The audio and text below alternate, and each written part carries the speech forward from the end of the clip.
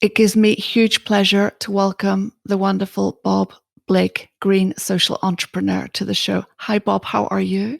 Hi, how are you doing, Dee? I'm really well. And I know it's a bit later in the day in London, but you are in Minnesota, USA.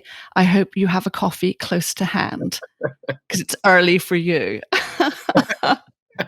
So, Absolutely. listen, I'm excited to hear your story and for you to share it because it is really incredible. So, Bob, you are a tribal citizen of the Red Lake Nation of Ojibwe Indians. Did I say that correctly? Yeah, you did. Yeah, Ojibwe Indians. Yep, correct. Ojibwe Indians. Seriously, I'll have to add it to the list of my languages to learn. You are the founder and CEO of Solar Bear, a solar installation company based in the US and Minnesota.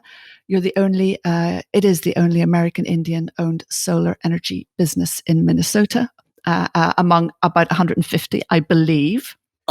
Yeah, well, that changed. There's Winona LaDuke. I think everyone knows who Winona LaDuke is. Um, Right. she has a company now called Eighth Fire Solar. So uh, the Native Americans are starting solar companies.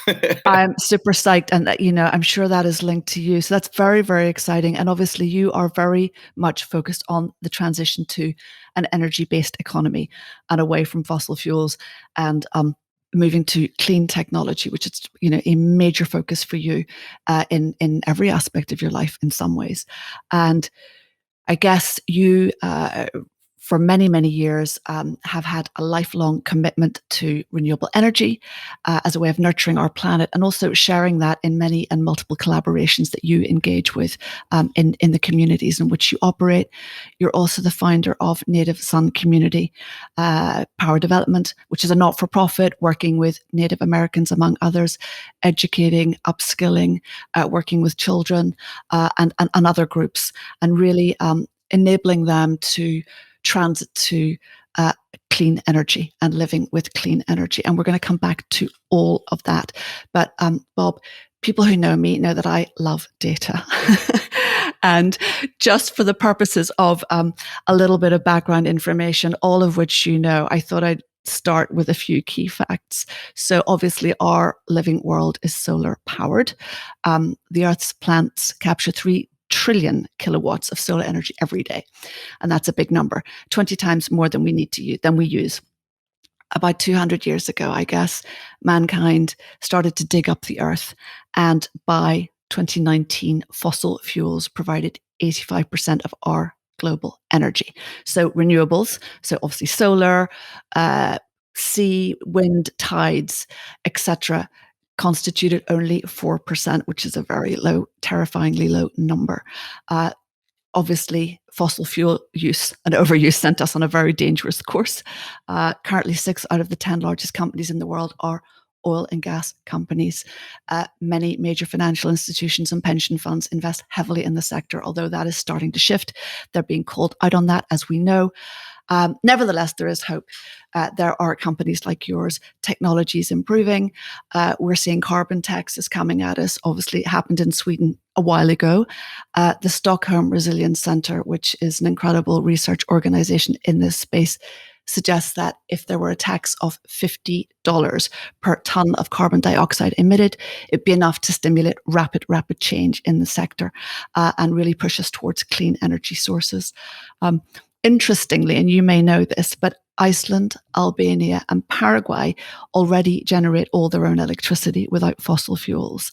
And a further 8 countries use coal, oil, and gas for less than 10% of their electricity. Of those, 5 are African and 3 are Latin American countries. So I thought that was quite interesting. My last fun fact here, and you will definitely know this, Bob, is that Morocco has the largest solar farm in the world, and 40% of its needs are met from a network of renewable power plants. So there is hope, um, and you bring lots of hope in many, many, many different initiatives that you're involved with. To start up, Bob, I'd love to go back to the genesis of Solar Bear. I know it's not just a lifelong passion, but grew out of personal tragedy. Could you start at that point and tell me a little bit of that time. Yeah, yeah, it was a very difficult time for me and my family. Um, and my at the time my brother passed away. He was a Minneapolis police officer, uh, Right. and he had 4 kids, and I I don't have children, and and You didn't have children, you I mean? yeah, yeah. I was kind of the uncle. I was just the uncle that, Yeah, hey, the fun uncle, right? I was the fun uncle who always was bringing home the new auntie. That was me. I'm not gonna lie to you. And boy, my life just changed, and there was this unbelievable unconditional love that came over me for these kids, and they were kind of all looking at me like, "What do we do now?"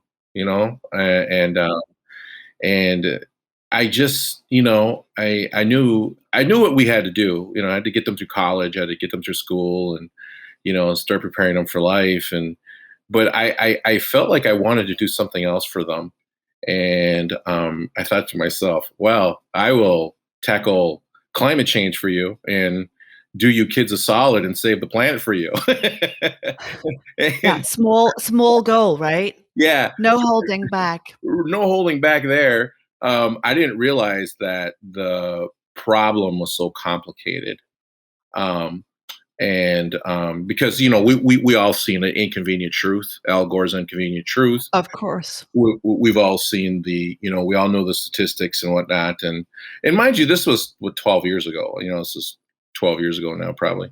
Um, and Where did I you start though? Because I mean, sometimes problems can I mean, firstly, I might add, you like all great entrepreneurs identified a problem and went about finding a solution. But this is such a big one, overwhelming, frankly. Where and how did you start? Yeah, I really honestly, I just, one of the other things too was I was working for a company called Ameriprise Financial, and Ameriprise Financial is they trade stocks, bonds, retirement funds, stuff like that. And while I was working there, I was involved with a group, and we were looking at future investments that we would be, eventually given to our clients. And renewable energy just kept on coming up, and I just thought to myself, this is going to be huge, and and uh, and I started thinking about my own tribal communities. And I thought to myself, there's 574 of these communities. Yeah. And then I started realizing Americans are the biggest polluters of CO2. Like we're the per capita, we emit the most amount of CO2 into the air. I believe China as a country emits more, but I think per capita, if my facts are correct, it's the United States. Um, so, Right. so I thought to myself, then we really need to do something to like lead in this direction and reduce our carbon footprint. And my brother passed away, and my brother was this guy that just always made me want to do better. Always made me want to. He was a cop. He's a cop. He's a Minneapolis cop, right? I mean, my brother was a good cop, and but he always wanted me to do the right thing, and was that conscience that sat on my shoulder, so to speak, and out of nowhere, out of the blue, this imaginary big polar bear with sunglasses shows up in my life, and he just starts taking over and starts telling me all these different things that we could do. And he's like, "Hey, we should install solar. We should create renewable energy microgrids." And I'm like, "What's a renewable energy microgrid?" I'm like, what are you telling me? And it just evolved after that, and that's really how this really all took off. And tell me today, where do you feel you're at with that in terms of take up in the community, with clients? Are people engaging? Do you see at a grassroots level people are really engaging and embracing the change for solar? Because I guess in the cycle that you've been in with this business, prices have probably improved. It's less expensive, which was an issue many years ago with wind and solar power and so forth. Yeah, yeah, absolutely. I mean, I think the message is getting through. I really do. And of course, you know, Americans love their what do you call brands, and Solar Bear just became one of these fun brands. I think people people just love the name Solar Bear, I and know, it's a fantastic name. Names are important, right? yeah, and so I really started. I mean, people just I was sitting in line. I was in lines, um, ready to go places, and I remember at this one function there were a couple, like three or four people in front of me, and they were talking about Solar Bear, and I was just like, oh wow. I was like, they're talking about me, and I just that that hit me then that this was getting serious, and that people were waking up, like we can do all these incredible things, like hire ex felons, people that were currently in prison, or we can give jobs to underserved communities that never had an opportunity before, and just there was all these things that I guess I was doing that I didn't know I was doing. I was just doing it because there was just this opportunity to do it. Totally. And on that note, Bob, it strikes me that your approach is one of circularity in essence. Um, and I'd love to delve into, some of the projects that you've worked on also through your not-for-profit and some of the initiatives, because I think they're very, very relevant to this discussion about the environment, because saving our planet is also saving people. And I think that you have demonstrated that in so many ways. But to start with, could you talk us through a little bit, or talk me through a little bit? Back in 2018, the company installed solar panels on the Red Lake Nation Reservation Government Center. And I guess in some ways that was the start of a multi-stage process um, to make those individuals energy independent. So it wasn't just a one-off. In some ways, that model was something that could be and has been replicated elsewhere in other tribes. And it feels like that there's also, and you've talked about this, there's a component of education, educating those people, upskilling, right? Even encouraging people to go on the wild side and become entrepreneurs and set up businesses in clean technology and so forth. Talk to me a little bit about all of that and how it's evolved and what that looks like today. Yeah, the training aspect and the education piece is something that I think is important because, one of the things that, we have been currently working on in the Native Son is creating the Solar Cub program, which is all about a K to 12 STEAM curriculum. So planting these seeds early with these children because they're the future. And Absolutely. what I'm afraid of is that if we don't give them the tools they need to confront climate change, they're going to feel helpless. You know what I mean? And so this is really important. The Solar Cub program and the workforce development piece. Getting the community to understand exactly what's happening, how it's being put together, because this is theirs. This is going to be theirs, and they need to be a part of this. And so, Totally. and so, letting them understand exactly how everything works. And I just had one of the guys on my crew just told me yesterday. He's 19 years old. He says, "Bob, I want to do this for a career. You think it's possible?" I said, "Absolutely, it's possible." You know, he's just this Native American kid that probably never would have had an opportunity to do something like this, and so it's just really exciting to see how the community is getting involved. And then not only that though, but I had another guy talk to me, about a month ago, and he said, "Hey, are you guys cleaning the panels?" And I told him, I said, "Well, not currently right now." He says, "How much would you pay me to clean those panels?" And I'm just thinking to myself, there's a job. There's an entrepreneur job right there. Like, Absolutely, absolutely, and it's about role models as well, isn't it? I'm sure some of these kids look at you, look at your team, and come up with ideas, and you're very reinforcing of them, which is, fantastic, and the role of all of us, frankly, but also, as leaders and entrepreneurs, it's a key part of that. yeah, yeah. I just had I had a TV crew follow me around for a week, and they were filming How me. was that? Yeah, yeah, they were filming me for a week. Oh boy, that was a lot, by the I'd way. be worrying about my wardrobe, I know. I didn't even care after a while, honestly. But they had me. I was talking to the kids, and one of the kids came up to me and just said, "Thank you, Solar Bear," and she hugged me, and Oh, beautiful. that's why I do this work right there. Absolutely. It's literally creates that feeling of doing the right thing, right? And Absolutely.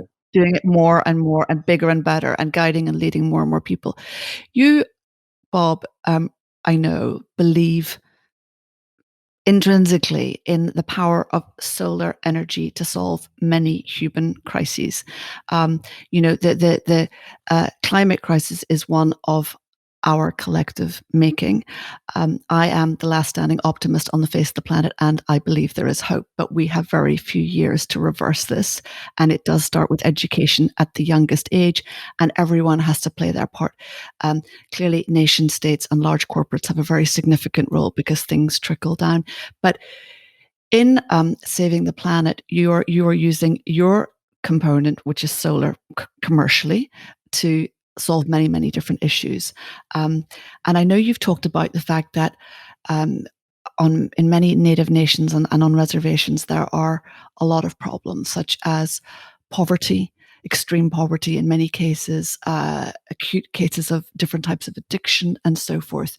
And you as a collective and as a business and also through your not-for-profit work with these communities, um, to educate, to retrain, to prepare for employment and so forth. Tell me about that and your work in addition with former inmates and people who are currently in correctional facilities. Yeah. So I was a part of a jobs kind of program where we were kind of trying to think outside the box. And it was basically, how can we get individuals that were formerly incarcerated into the renewable energy industry? And Giving them a second act as well. yes, exactly. And I have this belief, or this kind of, I don't know what you say, but I believe healing is in the environment. Mm, You know, um, beautiful. and I thought to myself, well, why couldn't we get these guys to do solar installations? Like why couldn't we fight mass incarceration with climate change? Why couldn't we fight climate change with mass incarceration?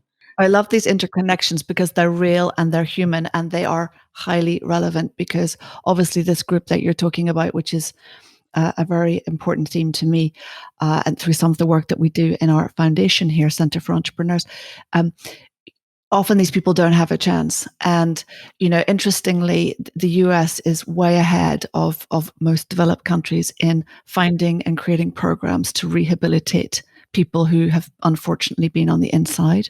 And so I really salute you for that. And I guess it's giving them hope to be doing something meaningful, right? It's not just your average job, no matter what the level or what the task is. It's about being part of something much bigger, i.e., Yeah, helping solve the problem of yeah, climate. absolutely. It's about purpose. As I was going around doing some of these talks and explaining the programs, I had a couple of soldiers come up to me that came back from a deployment overseas, and they said, "We need this in the military.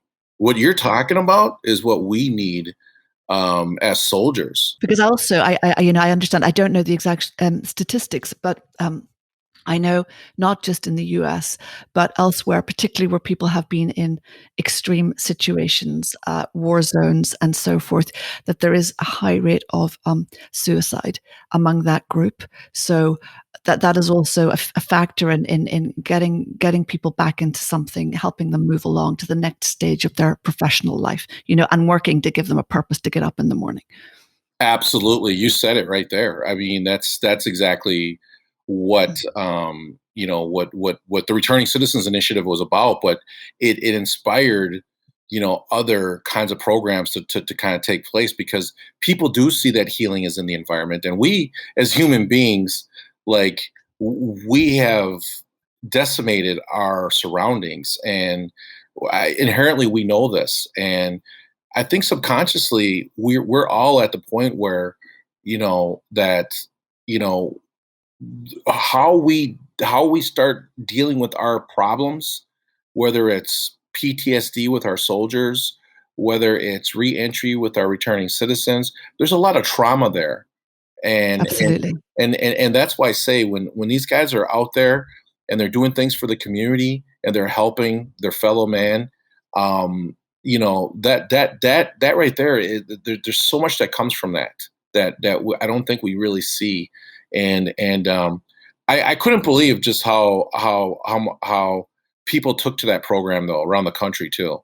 I think it was New York. New York was the last state that I had talked to about that. I don't know what happened, but I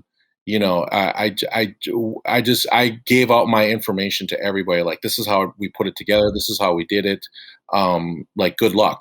Do this. That's where you get the ripple effect, right? Because everyone can do this in every business, you Yeah, know? yeah. Everyone could do this. Everyone could do this. This doesn't stop with me. And I want everyone to do this. And I want we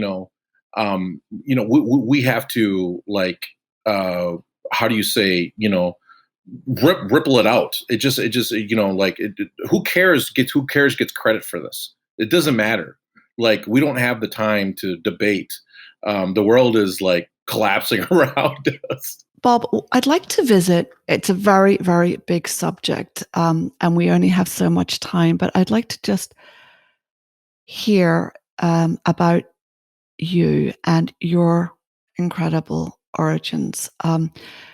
There are 574 Native nations in the US, each with their own distinct and rich histories, cultural diversity, um, their strengths, their lens on life.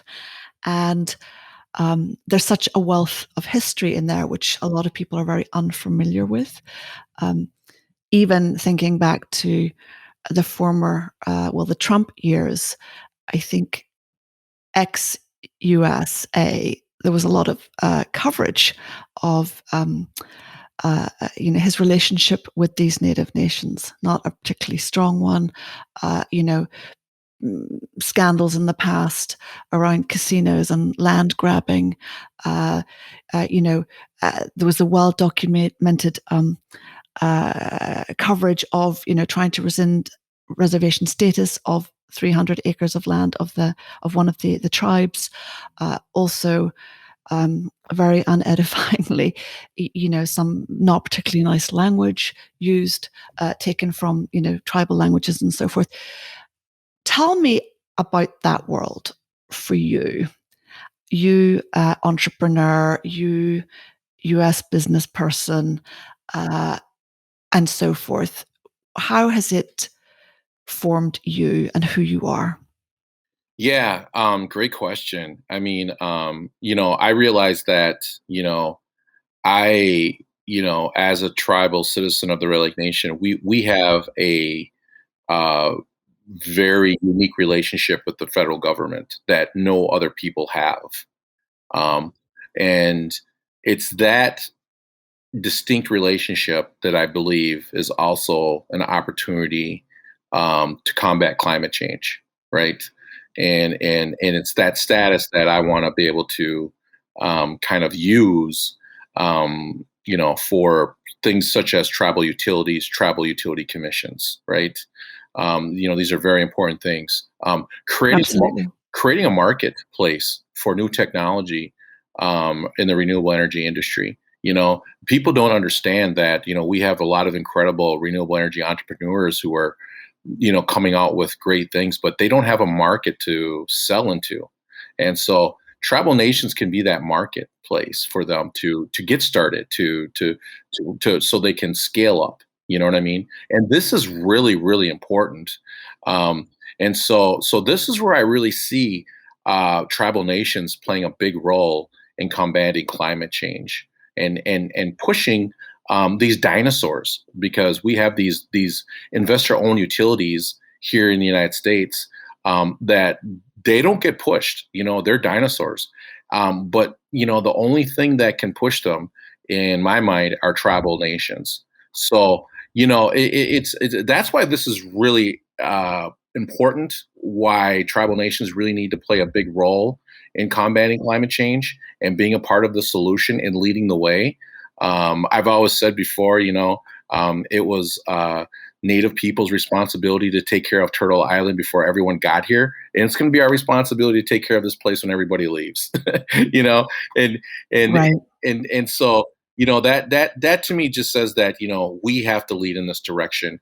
And so that's where I really see it, as far as like our sovereignty and our particular status. And if I could too, if I could just say a chi miigwech, which means a big thank you to the people of Ireland, because Well, I'm Irish. they they uh they donated to the Navajo Nation during this pandemic that we just recently had. I think it was Adam Clayton from U2, or maybe it was Yes. Edge. I forget who it was, but this went back years when Native people donated to Ireland when they were going through their hard time, and they donated back. And I just thought that was so beautiful between Native people and the Irish, and the Irish and the Native people. I just thought that was just beautiful, And so we Native people recognize that, and we appreciate that.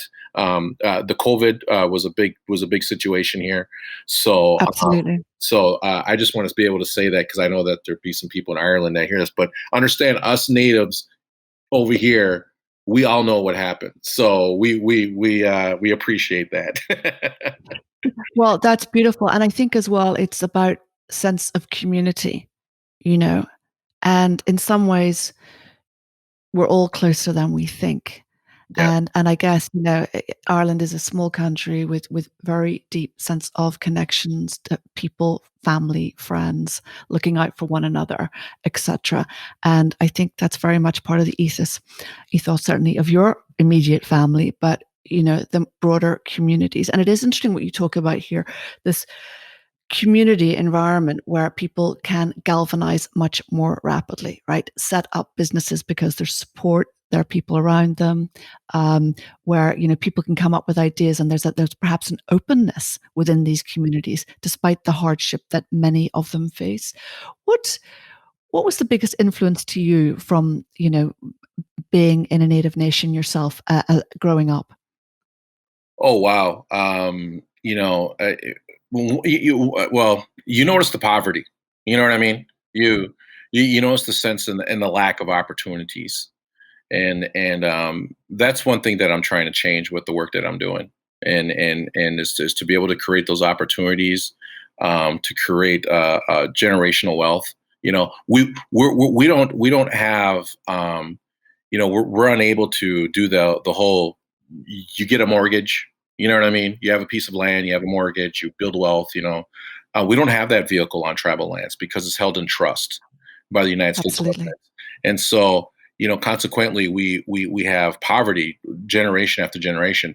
So I'm thinking to myself, how do I combat that? Well, let's create businesses. Let's create, economic development, and that's really, I think, Native people's way of dealing with this colonial capitalism mindset, because it's really that's destroying us. That is what's destroying this planet. And so how can we, have a more circular economy, within our own community, and then being able to better deal with the outside economy, which is this colonial capitalism, predatory, you know, kind of model, that obviously our belief systems don't agree with, and how do we combat that, and how do we work, how do we set the terms instead of that always setting the terms on us, you know what I mean? It's about ownership, right? And it's Yep. about uh, creating independence for oneself and one's community, one's family, and so forth, which gives people strength. If they feel independent, they feel stronger, they feel they can take on problems, they can solve problems, that there will not be barriers in their way. Have you ever felt in your career to date, in your entrepreneurial journey, that um, there have been roadblocks put in front of you because of your origins and because of the community in which you grew up? Oh, absolutely. Or have you experienced the kind of the American dream that people talk about and reflect on of infinite possibilities if you want to go for it, if you want it badly enough you'll get there, that type of thing? There's truths in both of those, right? Like there has to be this inner thing that says that you got to move forward regardless. And I'm telling everyone out there, being an entrepreneur is difficult. It is so difficult. Okay, I don't recommend it to everyone. The second thing though is, like you said, you've got constant people that are trying to trip you up. Some of your best friends are going to be, some of your best frenemies. You know what I mean? And you don't know, and they're all coming at you, and you don't know who is who. And so there is a lot that goes into this. I wish I could tell you it's easy because unfortunately It's we not meant to be easy, as I always say. yeah, yeah, yeah, yeah, yeah. But when like I said, that little girl, when I mean, she called me Solar Bear. My name is Bob, but she called me Solar Bear and she said thank you, and she hugged me, and it's that's who we're fighting for. The next generation, the ones that can't fight for themselves. You know what I mean? The people that are blind, or you know what I mean? Like that's who we're fighting for. That's why I do what I do, for them. You know what I mean? Because they can't do it. And that's why I'm so passionate about this work, and I'm just so driven by all this, because they're the ones that make me get up every day.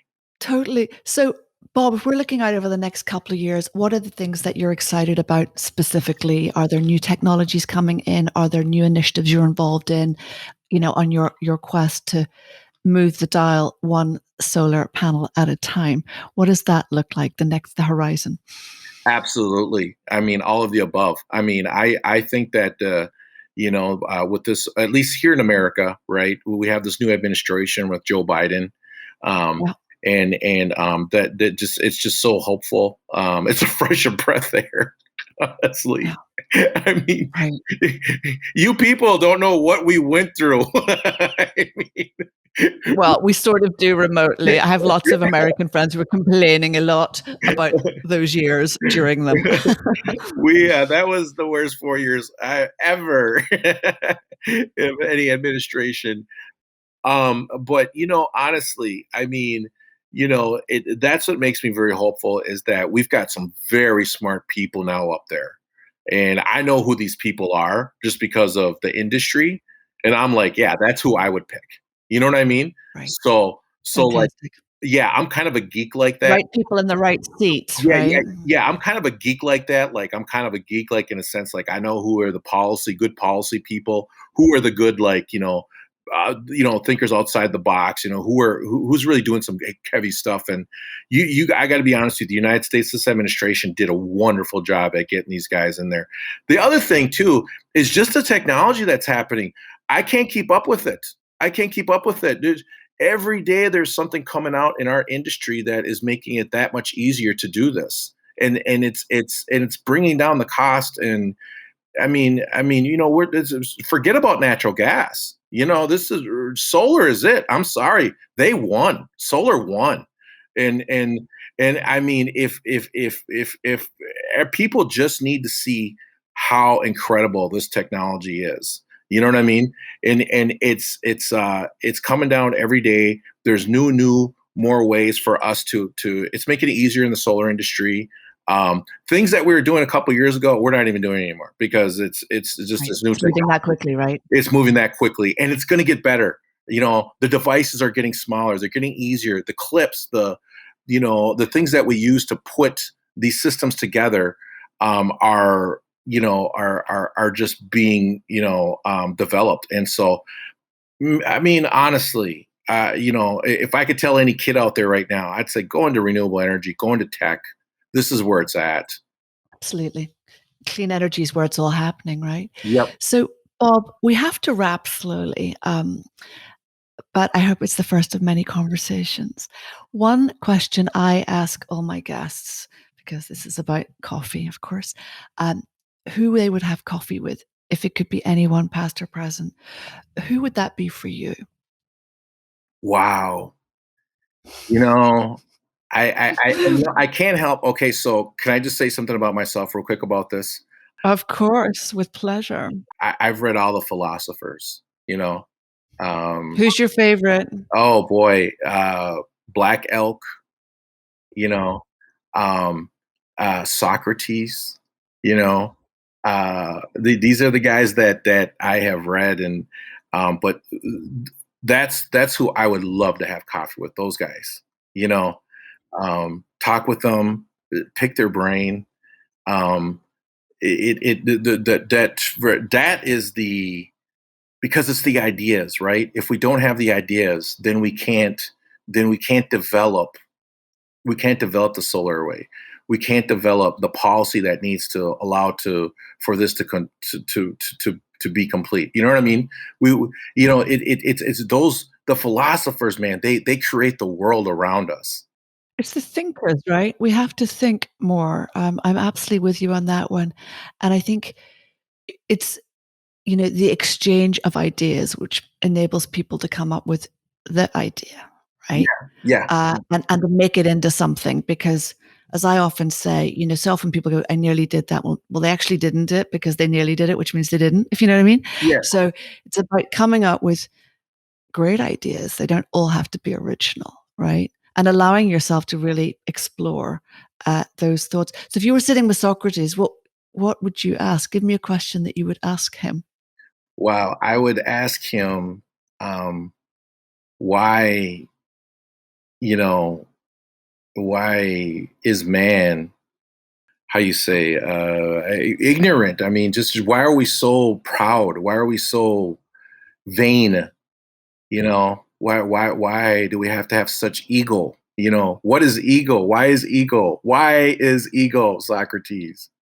You know, That is a big question, Bob, and we will have to continue this offline because it could take a while. But I look forward to that. Thank you so much for being with me today, all the way from Minnesota. And thank you for sharing your incredible story. And I look forward to seeing you again very soon. Thank you, Dee. Thanks for listening to this episode of Double Espresso with me, Dee Sterling. If you enjoyed it, I'd love you to review and subscribe to the podcast so we can share these amazing stories with others.